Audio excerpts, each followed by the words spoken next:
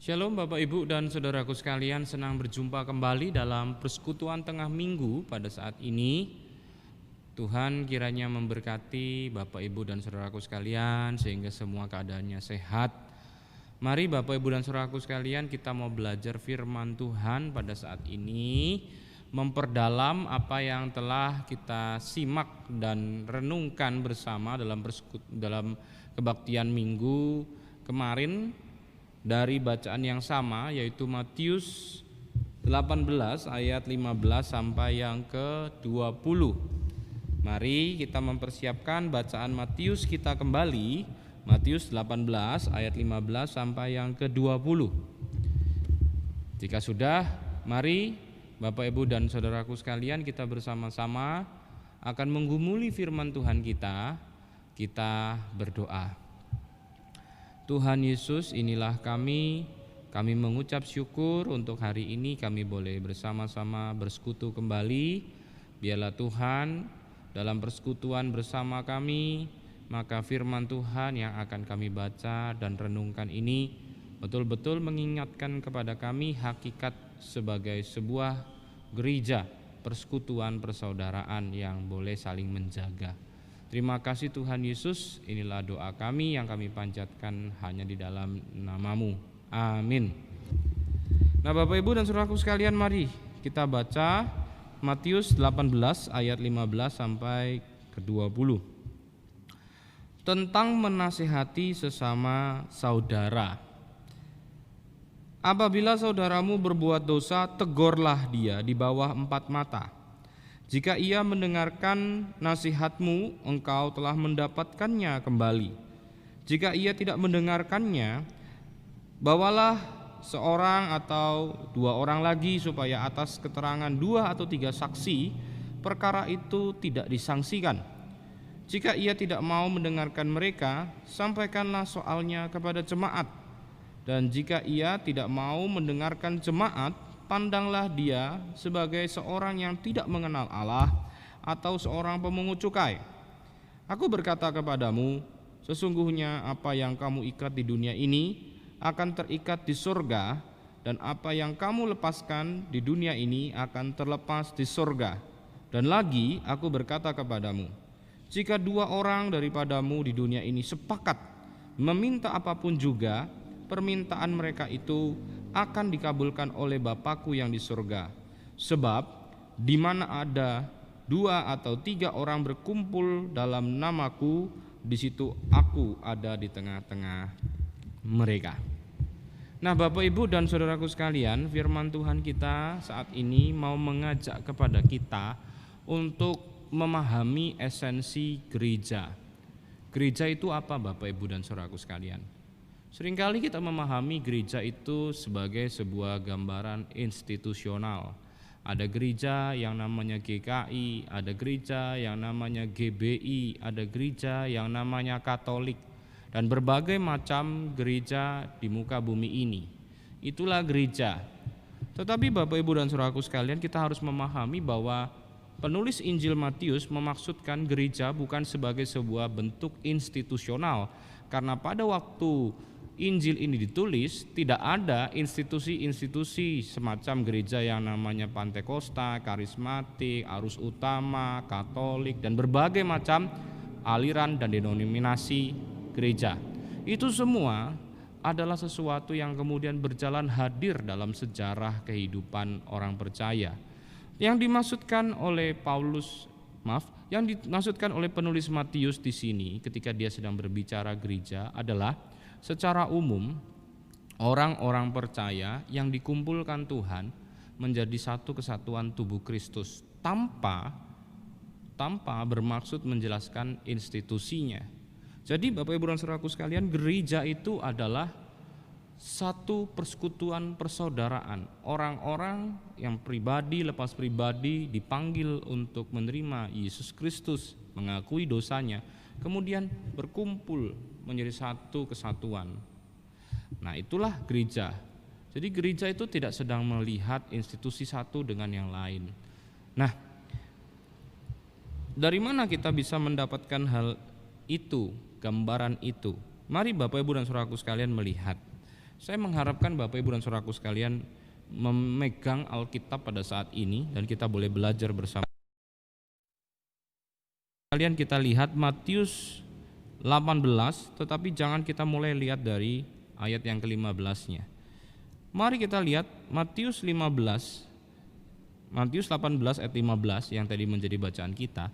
Itu merupakan satu kesatuan dari bagian cerita panjang percakapan Tuhan Yesus dengan murid-muridnya yang dimulai dari Matius 18 ayat yang pertama. Dibacakan di dalam Matius 18 ayat yang pertama. Pada waktu itu datanglah murid-murid itu kepada Yesus dan bertanya, "Siapa yang terbesar di dalam kerajaan sorga?" Nah, jadi Yesus bersama dengan murid berkumpul bersama dalam perkumpulan itu, kemudian murid bertanya kepada Yesus, "Siapa yang kira-kira paling besar di kerajaan surga?" Mereka menanyakan tentang posisi, mereka menanyakan tentang predikat yang disandang tiap-tiap orang dalam kerajaan surga. Mereka tidak memahami bahwa kerajaan surga adalah pribadi, bukan sebagai sebuah tempat, bukan sebagai sebuah wadah, tetapi kerajaan surga yang sering kali dibicarakan oleh Yesus adalah pribadi, yaitu dirinya sendiri. Nah, kerajaan surga adalah dirinya, yaitu Yesus yang datang ke muka bumi ini. Jadi ketika ada penjelasan bahwa kerajaan surga telah datang ke dunia, nah bukan maksudnya sebuah tempat di sana datang ke sini, bukan. Tetapi kerajaan surga adalah di mana Allah memerintah dan pemerintahannya itu turun ke dunia dalam wujud pribadi Yesus.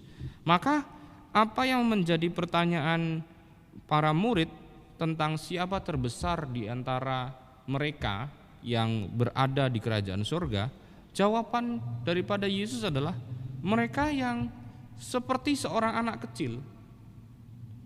Maksud Yesus adalah setiap orang yang dengan ketulusan dan kepolosan dan percayanya ia boleh menerima Yesus, maka dia adalah orang yang mendapat tempat terbesar di kerajaan surga, tempat yang terdekat di hati Yesus. Mereka yang boleh memposisikan dirinya seperti seorang anak yang boleh dengan terbuka, ikhlas, penuh percaya, polos, mau menerima Yesus tanpa berpikir macam-macam.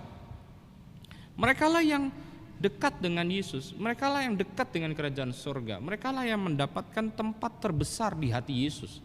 Mereka yang boleh memberikan diri seperti seorang anak kecil untuk percaya kepada Yesus.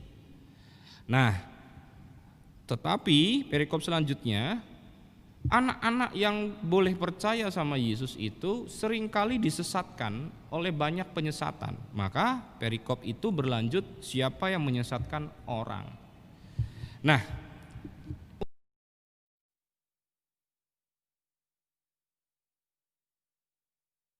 untuk mendapatkan orang-orang yang Allah kasihi, untuk kemudian ada di hati Yesus, mereka tidak lagi terserak, mereka tidak lagi terhirang, mereka ditemukan oleh Allah melalui kehadiran kerajaan surga, yaitu pribadi Yesus.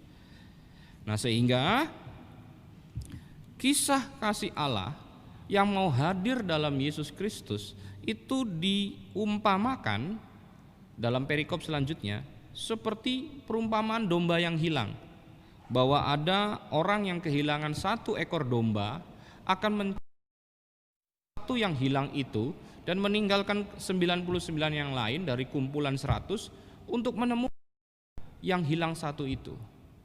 Artinya Tuhan tidak mau lagi ada sebuah gambaran umat yang terserak dan terhilang, supaya mereka menjadi satu kesatuan yang utuh dalam satu kawanan penggembalaannya. Nah, hadirnya Yesus adalah bentuk penggembalaan, bentuk kedatangan kerajaan surga, untuk membuat kumpulan domba itu tidak lagi terhilang. Nah, jadi paham ya? Nah, baru kemudian kita masuk ke perikop kita. Kalau Tuhan mengasihi kita, mencari dari antara kita yang terhilang, menjaga supaya kumpulan kita tidak ada yang sampai hilang lagi, bagaimana dengan kita? Bagaimana dengan domba-domba itu sendiri? Bagaimana dengan gereja? Apakah pekerjaan mencari domba yang hilang itu hanya tugas daripada Kristus? Tidak. Dikatakan bahwa menjaga kumpulan itu tetap utuh dalam satu kawanan penggembalaan Tuhan itu bukan hanya pekerjaan Kristus. Sebab perikop selanjutnya menjelaskan tentang bagaimana menasehati saudara. Nah, kenapa menasehati saudara? Kenapa menegur saudara? Supaya ia tidak terhilang. Nah, makanya saya melihat bagian ini bukan sebuah usaha untuk meminggirkan, mengeluarkan orang dari kumpulan. Bacaan firman Tuhan kita, Bapak Ibu dan Saudaraku sekalian, Matius 18 ayat 15 sampai 20 merupakan sebuah bacaan yang populer, yang merupakan sebuah bentuk daripada praktik pelaksanaan penggembalaan pastoral atau dalam masa-masa lalu dikenal sebagai disiplin gereja atau siasat gereja. Ya. Nah, bagian ini penting sekali dalam pelaksanaan pastoral, penggembalaan, siasat, disiplin gereja, apapun namanya itu. Nah, karena bagian inilah yang menjadi core-nya, main core-nya, utamanya. Nah, di dalam bagian ini dijelaskan bahwa penggembalaan pastoral, siasat gereja, disiplin gereja, semuanya adalah dalam maksud untuk membuat orang tidak keluar dari kumpulan penggembalaan Kristus, kumpulan domba-domba milik Allah. Jadi jangan pernah berpikir bahwa orang digembalakan, orang diberikan pastoral, orang dikenakan disiplin atau siasat itu untuk mengeluarkannya, tetapi untuk memasukkannya, untuk menemukannya dan mengembalikannya ke kandang. Nah, caranya adalah dengan sebuah praktik menegur. Nah, menegur saudara. Nah, jadi jangan pernah Bapak Ibu dan saudaraku sekalian melihat bahwa tindakan menegur adalah sebuah tindakan yang melukai, tindakan yang ingin membuat kita tersisihkan. Jadi kalau Bapak Ibu dan saudaraku sekalian pernah ditegur, pernah dinasihati, pernah diberikan masukan, pernah diajak omong-omong berkaitan dengan kehidupan pribadi kita, itu semua atas dasar gereja ataupun jemaat Tuhan saling sayang menyayangi antar saudara dan tidak pingin supaya kita pergi daripada perkumpulan gereja, perkumpulan persaudaraan itu. Nah, mari kita masuk. Nah, jadi Bapak Ibu dan Saudara sekalian, kita melihat wadahnya bahwa Tuhan ingin menyelamatkan seisi dunia ini dalam satu gembalaannya. Dia tidak ingin supaya satu-satu keluar, tetapi malah yang di luar supaya masuk.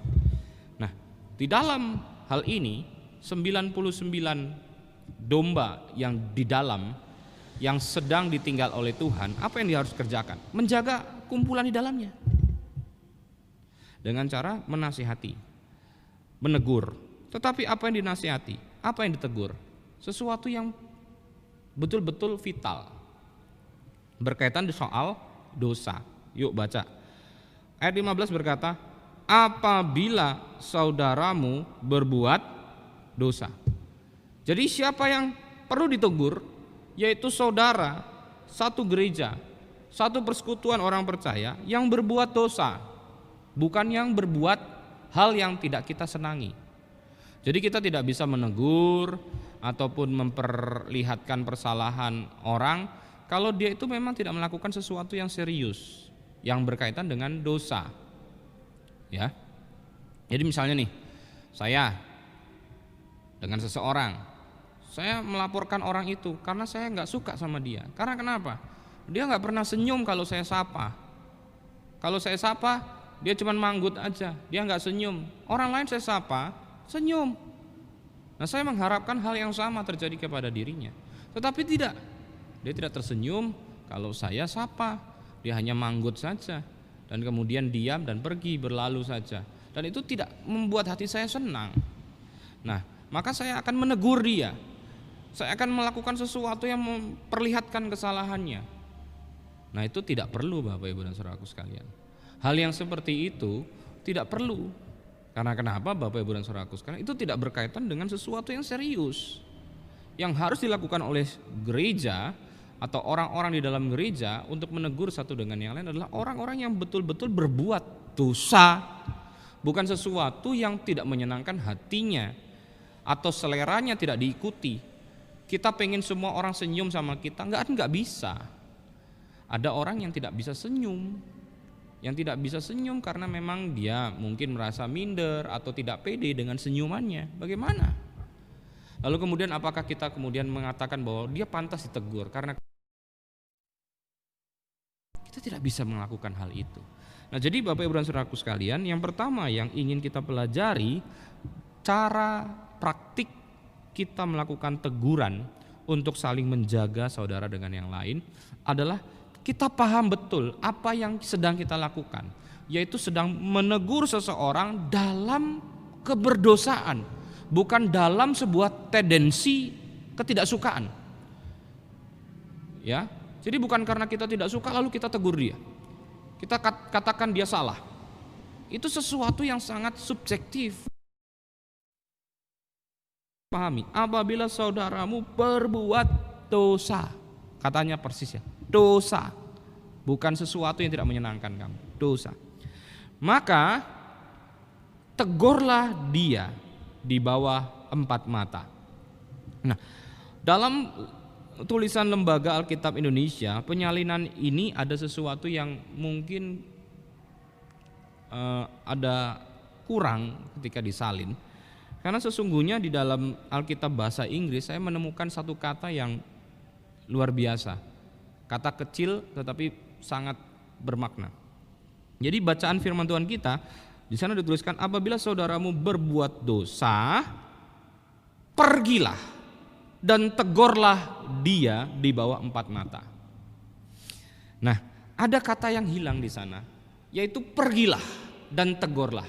Tapi di sini cuma tegurlah. Kenapa penting kata pergilah sesungguhnya di dalam bagian ini adalah menunjukkan bahwa kalau kita mengasihi orang, kita mengasihi dengan aktif. Tidak pasif atau tidak menunggu waktu kita menyatakan kasih kita. Ya. Pergilah dan tegurlah, itu menunjukkan sebuah inisiatif dan kesegeraan supaya saudara kita tidak terjerumus dalam dosa yang lain. Ingat ya Bapak Ibu, dosa itu merambat. Dosa itu akan menular dari satu orang ke orang lain, dari satu jenis dosa ke jenis dosa yang lain. Nah, kalau kita menegur tanpa sebuah inisiatif yang aktif untuk mencari, ya nantilah 1 bulan lagi kalau kondisinya kondusif, ya nantilah kalau dia sudah asok pikirannya, ya kapan waktu mungkin dalam eling sendiri balik dari keberdosaannya. Oh, nggak bisa Bapak Ibu. Dosa itu aktif, merambat dan kemudian menjadi masif. Dia akan memanggil dosa lain dan dia akan melibatkan orang lain. Nah, kalau kita mengasihi saudara kita, maka pergilah dan tegurlah dia. Jangan tegurlah saja. Kapan tegurnya? Ya nanti 1 bulan lagi, ya nanti 1 tahun lagi, ya nanti 3 tahun lagi. Hilang Bapak Ibu, sudah nggak ada lagi dia. Nah, jadi kata ini penting. Apabila saudaramu berbuat dosa, bukan berbuat sesuatu yang tidak kita suka, tetapi berbuat dosa, sungguhnya dosa, maka pergilah, cari dia, aktif. Tuhan aktif mencari kita, anak-anak Tuhan aktif mencari saudara kita. Nah, kalau Tuhan saja aktif, kenapa kita pasif? Kenapa kita tunggu waktu? Pergi, tegur dia di bawah 4 mata. Artinya kita sama dia saja yang kemudian obrol-obrolan. Nah, jika ia mendengarkan nasihatmu, engkau telah mendapatkannya kembali. Nah, jika memang perkara itu akhirnya dipahami, diakui, lalu ada sebuah rekonsiliasi, maka kita mendapatkannya. Ingat ya, penggembalaan, percakapan pastoral, disiplin gereja, siasat gereja, apapun namanya itu, dikerjakan dalam maksud menjaga, jangan sampai keluar. Nah, kalau kita datang tapi mau niatnya keluarin dia, saya mau katakan itu bukan Kristen, dan itu bukan sesuatu yang sesuai mandat bagian Matius 18 ayat 15 sampai 20. Ya, mari kita lanjutkan.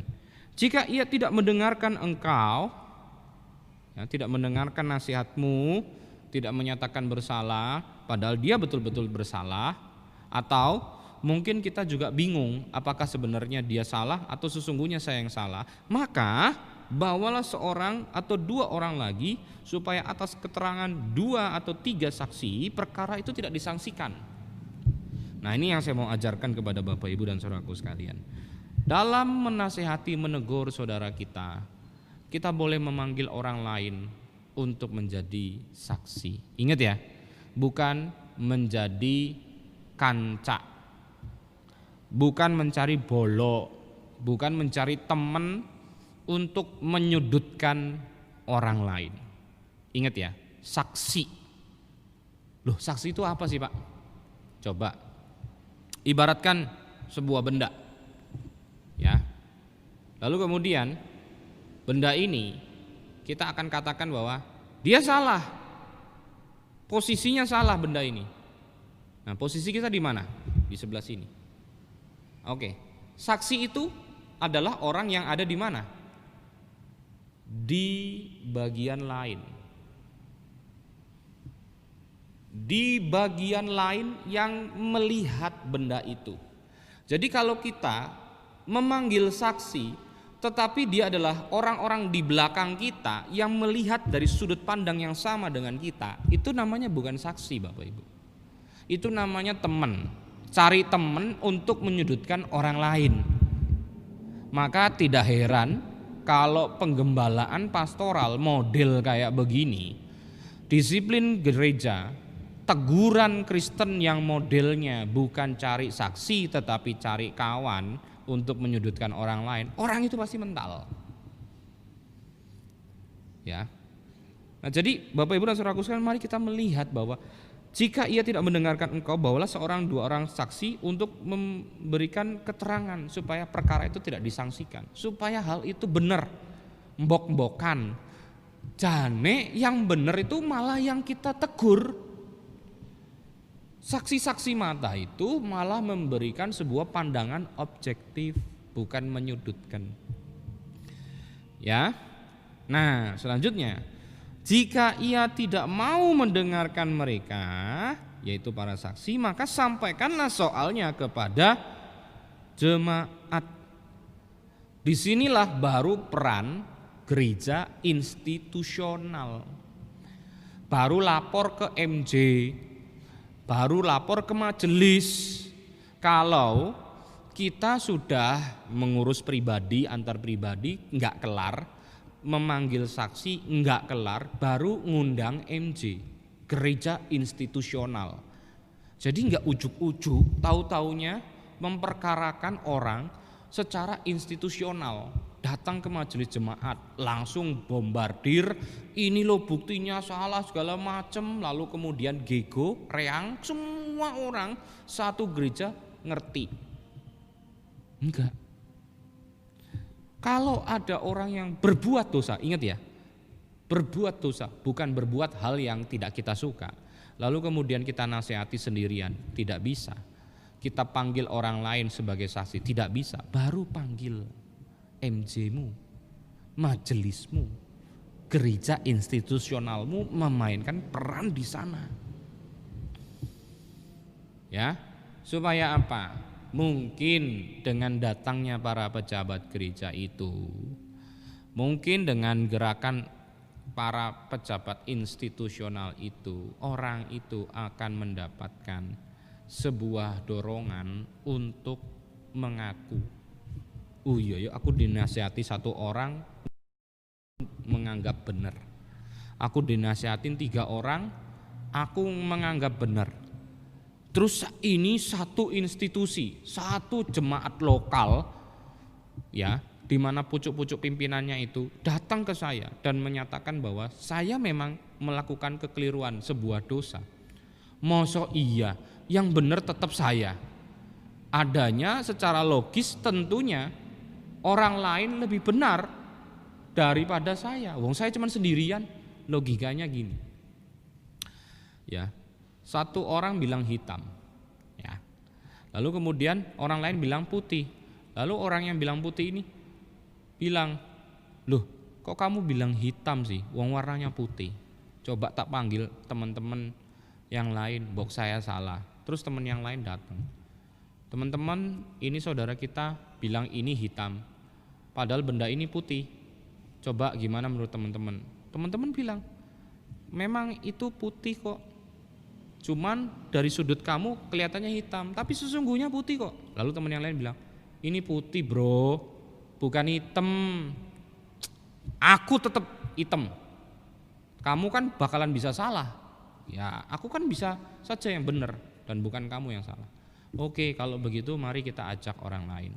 Institusi datang, gereja datang 5 orang, yang lain diantara 3 orang yang terdahulu.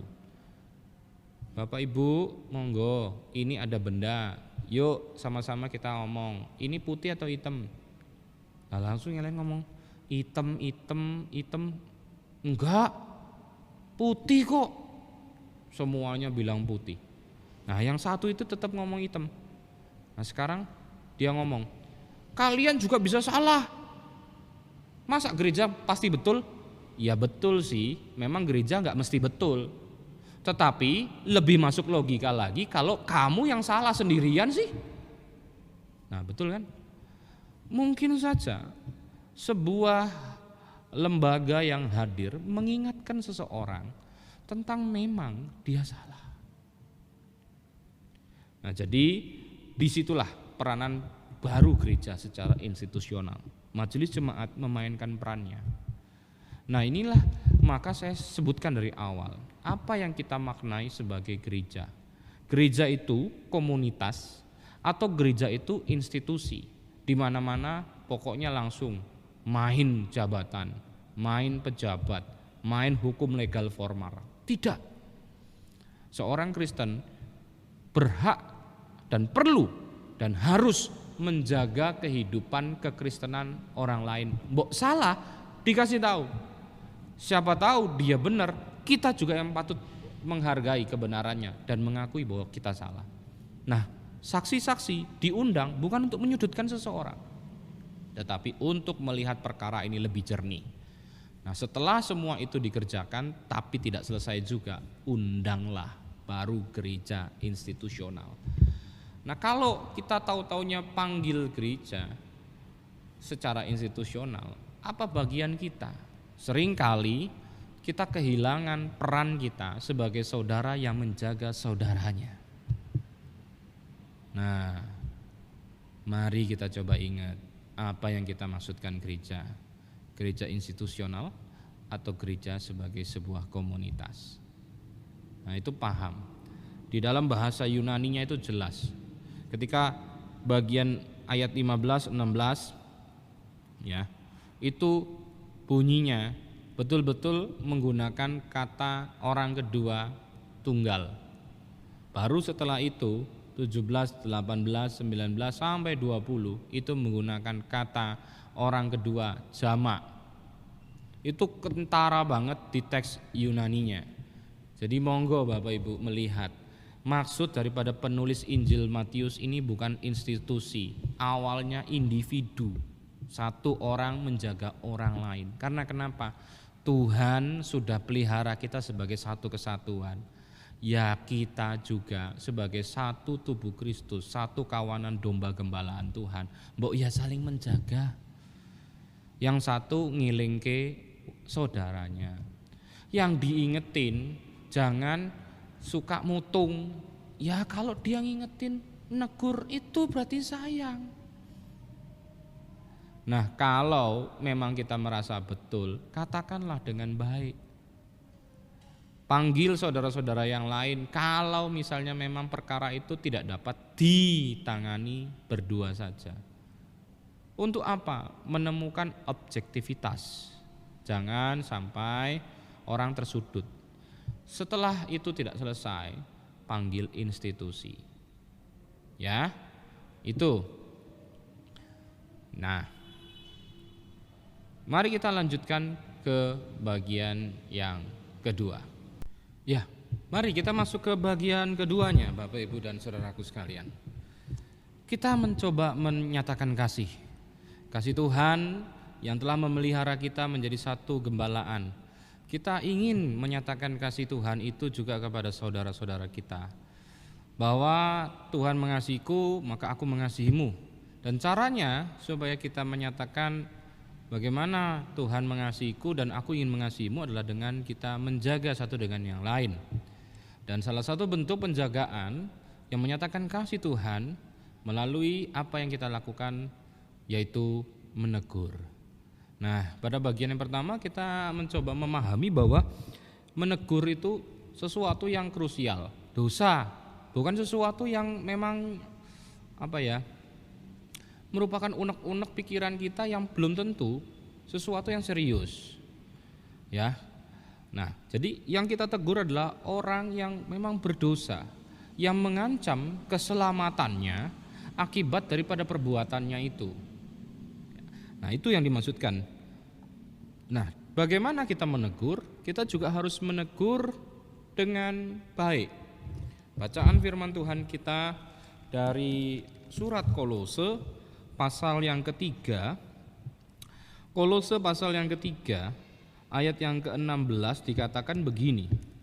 Hendaklah perkataan Kristus diam dengan segala kekayaannya di antara kamu, sehingga kamu dengan segala hikmat mengajar dan menegur seorang yang lain dan sambil menyanyikan mazmur, puji-pujian, nyanyian rohani, dan kamu mengucap syukur kepada Allah di dalam hatimu. Ingat, hendaklah perkataan Kristus diam di dalam kamu, sehingga kamu dengan segala hikmat dan pengajaran menegur seorang akan yang lain. Jadi bukan sekarepe dewek. Jadi menegur itu bukan sesuka hati kita. Pokoknya A, B, C, D, Z, mau apapun kita ngomong menyatakan dia salah. Jadi kamu punya pikiran enggak? Punya otak enggak? Kamu itu perbuatannya enggak bener loh. Dasar kamu ini gimana sih? Coba kamu bayangkan perasaan dia. Kamu punya perasaan enggak? Apa kamu binatang enggak punya perasaan? Itu benar enggak cara negur? Enggak. Itu namanya merendahkan orang lain. Orang lain dibilang enggak punya otak, orang lain enggak punya perasaan seperti binatang. Itu bukan teguran, Bapak Ibu.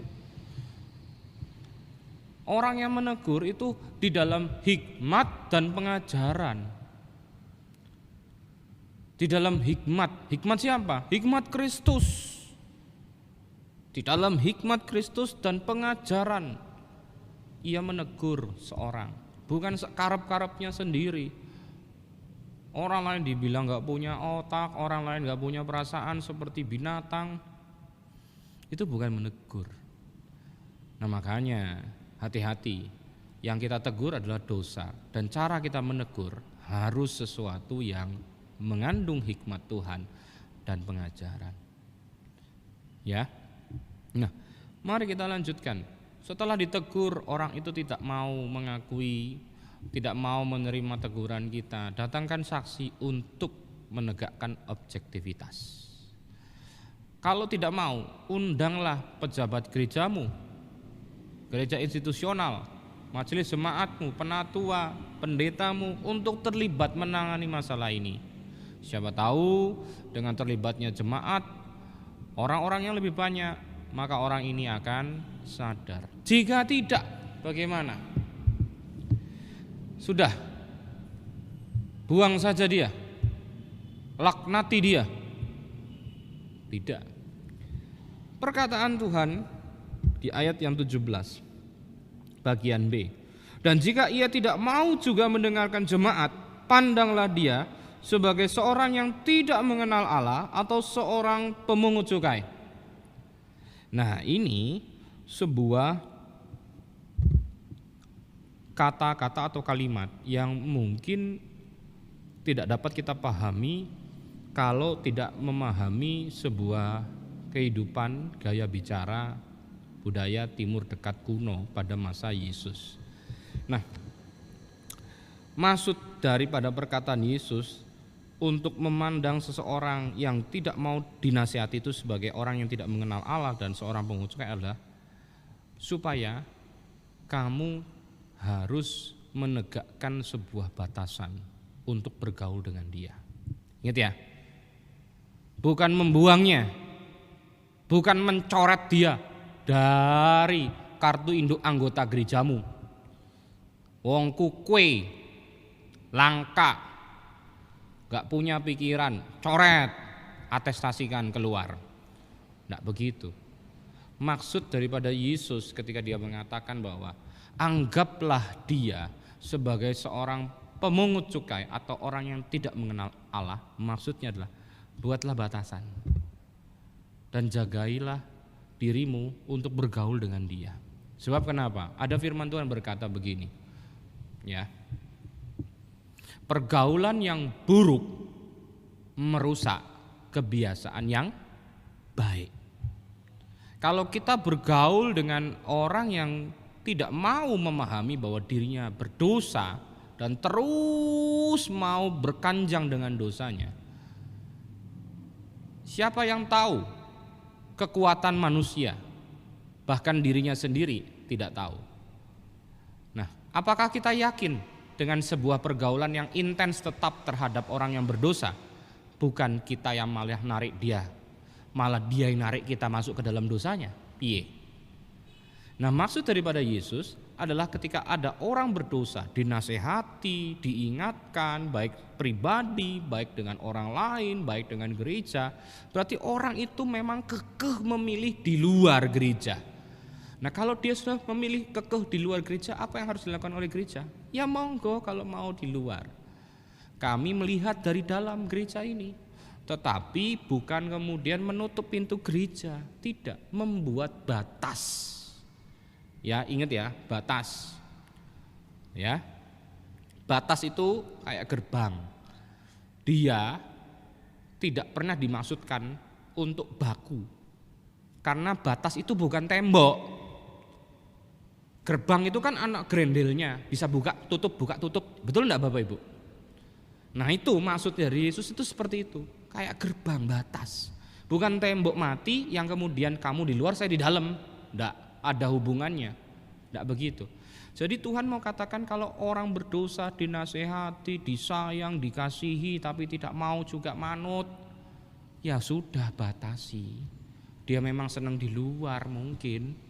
Ya kita melihat dari luar. Ngapain? Ngelihat dari luar. Untuk selanjutnya berdoa bagi dia. Lihat ayat 18.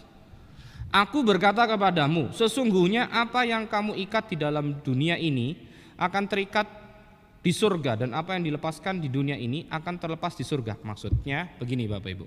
Sebelumnya saya mohon maaf, saya melompat ya. Jadi 17 ini mau mengatakan begini. Kalau kamu ketemu sama orang berdosa, terus orang berdosa ini kekeh dalam keberdosaannya, jangan kamu bergaul dengan dia, bikin batasan. Jangan tutup pintu. Karena ayat 18 berkata begini. Apa yang kamu ikat di dalam dunia terikat di surga. Apa yang kamu lepas di dunia terlepas juga di surga. Kalau kamu menutup diri dan tidak memberikan batasan, betul-betul menutup diri dengan dia, berarti kan kita memutus dia, ding, dia keluar. Ingat, gereja punya kuasa untuk memutus. Nah, di dalam hal ini Tuhan Yesus mau katakan, hati-hati gereja, Anda punya kuasa. yang Tuhan titipkan kepadamu, jangan gunakan dengan sewenang-wenang kuasa. Sebab apa? Apa yang diikat di dalam dunia olehmu gereja, terikat di surga. Apa yang kamu putus di dalam dunia oleh dirimu gereja, maka itu juga akan terputus di surga. Kalau kamu memutus ikatan dengan orang lain yang berdosa, ingat dia akan di luar selama-lamanya. Jadi Tuhan Yesus mau katakan, pandang dia sebagai orang yang tidak mengenal Allah atau seorang pemungut cukai. Maksudnya adalah bikin batasan, bukan menutup jalan aksesnya. Siapa tahu besok dia balik. Sebab kalau kita betul-betul mau menutup diri dari dia, ibarat kita memutus dia. Ingat, gereja punya kuasa. Kalau kita sekali putus, dia di sini, di dunia kita putus, di surga pun kita putus. Jadi jangan gunakan dengan sewenang-wenang kuasa gereja. Ayat 18. Ayat 19, apa yang harus dilakukan gereja? Selain membuat batasan dan jangan menggunakan kuasa sembarangan. Ayat 19 berkata, dan lagi aku berkata kepadamu, jika dua orang daripadamu di dunia ini sepakat meminta apapun, perkataan mereka itu akan dikabulkan oleh Bapakku yang di surga. Sebab di mana ada 2 atau 3 orang berkumpul dalam namaku, di situ aku ada di tengah-tengah mereka. Ayat favorit. Tapi saya mau tanya, 2-3 orang berkumpul dalam namaku, aku akan mengabulkan doanya. Doa soal apa? 2-3 orang itu berkumpul dalam namaku, meminta sesuatu, aku akan mengabulkannya, sebab aku hadir di tengah-tengah mereka. Doanya soal apa? Ingat, ini satu perikop. Berarti soal apa? Soal mendoakan saudara yang ada di luar. Orang yang tersesat, yang kekeh bilang dirinya benar padahal berdosa. Yang kita batasi untuk tidak masuk karena dengan dia masuk atau kita keluar mungkin akan mencemari kehidupan yang banyak. Ya. Orang yang ada di luar tetapi tidak boleh kita putus hubungan dengan dia karena dia berdosa. Apa yang kemudian kita harus lakukan? Selain pembatasan, selain tidak boleh menggunakan wewenang kuasa dengan sembarangan, yang kita perlu lakukan adalah berdoa. Kalau ada orang berdosa, ditegur 1 orang, gak mau benar, ditegur 2 orang, gak mau benar, ditegur gereja, gak mau benar, dia dibatasi. Tetapi tidak boleh diputus. Ingat, Tuhan bilang apa yang diputus gereja, diputus di surga juga. Jangan diputus. Hati-hati, gunakan wewenangmu. Apa yang kemudian harus dilakukan oleh gereja? Gereja punya kuasa di dalam doa. Ngapain? Berdoa. 2-3 orang cukup untuk menjadi representasi gereja, untuk mendoakan orang itu supaya besok bisa balik. Jadi jangan buru-buru kalau ada orang yang berdosa, dikasih tahu nggak mau. Kita puji Tuhan, kowe memang kudune keluar, wong aneh kok, ngebeki gereja, ngecah-ngecah pikiran, wis keluar aja lah, atestasi coret, nggak bisa. Ingat, apa yang diikat olehmu di dunia terikat di surga. Apa yang kamu putus di dunia, putus juga di surga. Hati-hati gereja. Jangan putus-putus sembarangan. Kalau ada, yang perlu dilakukan gereja adalah pembatasan. Tapi jangan pemutusan. Nah, setelah pembatasan apa yang kamu harus lakukan? Cuman lihat dari batas pagermu, oh itu orang berdosa. Enggak. Oh itu orang berdosa, itu saudaraku, tak doakan dari dalam gereja. Sebab 2 atau 3 orang berkumpul dalam namaku, aku ada di tengah-tengah mereka. Untuk apa mereka berdoa? Untuk saudaranya. Untuk saudaranya yang di luar sana yang berdosa. Untuk saudara kita. Tidak pernah ada kata lelah untuk mengharapkan orang berdosa kembali. Karena kenapa? Itu saudaraku. Orang yang dikasih Tuhan sama seperti aku. Bagaimana mungkin aku membiarkan mereka? Nah, itu kehidupan bergereja. Yang bukan gereja institusional, tetapi gereja komunal. Gereja yang sadar, ini persekutuan persaudaraan yang harus saling menjaga. Ini bukan hanya peranan para majelis, tetapi ini bagianku untuk menjaga dia tetap bersamaku, tetap di dalam penggembalaan Tuhan, tetap di dalam persekutuan orang percaya. Jadi pahami itu. Ya. Pak Kris minggu kemarin mengajarkan apa? Salam sarangeo. Aku cinta padamu. Ya toh? Kenapa kamu mencintai aku? Karena aku dicintai Tuhan dan Tuhan mencintai kamu juga. Karena itu sebagai persekutuan persaudaraan saling mencintailah. Caranya gimana? Negur. Negur itu bentuk cinta. Jadi kalau Anda menegur, Anda mencinta. Anda ditegur, Anda dicinta. Sarangeo. Ya toh? Tuhan mencintaimu, Tuhan mencintaiku, Tuhan mencintai kita. Aku mengasihimu, aku juga dikasih oleh. Mari kita menjadi satu persekutuan persaudaraan yang saling mengasihi di dalam Tuhan. Tuhan memberkati kita. Sampai jumpa dalam persekutuan kita pada minggu yang akan datang. Mari kita tutup di dalam doa. Tuhan Yesus, kami mengucap syukur untuk pada saat ini kami boleh bersama-sama menikmati firman Tuhan, memahami maksud daripada firman-Mu bagian per bagian. Dan akhirnya kami memahami apa itu gereja. Gereja bukan saja soal institusi, bukan soal lembaga, tetapi gereja adalah persekutuan persaudaraan. Kawanan gembalaan milik Kristus yang harus saling menjaga satu dengan yang lain. Dan kami perlu untuk saling menegur satu dengan yang lain dalam bentuk penjagaan. Karena kami mengasihi setiap saudara kami yang menjadi bagian daripada keluarga kami, keluarga GKI Ajibara. Maka ajarlah kami untuk tidak segera marah atau segera merasa benar dan menunjuk orang salah sehingga orang menjadi risih. Tetapi kami memiliki hikmat Kristus dalam perkataan, dalam perbuatan, dalam teguran dan ajaran kami, sehingga orang yang ditegur merasakan kasih Kristus.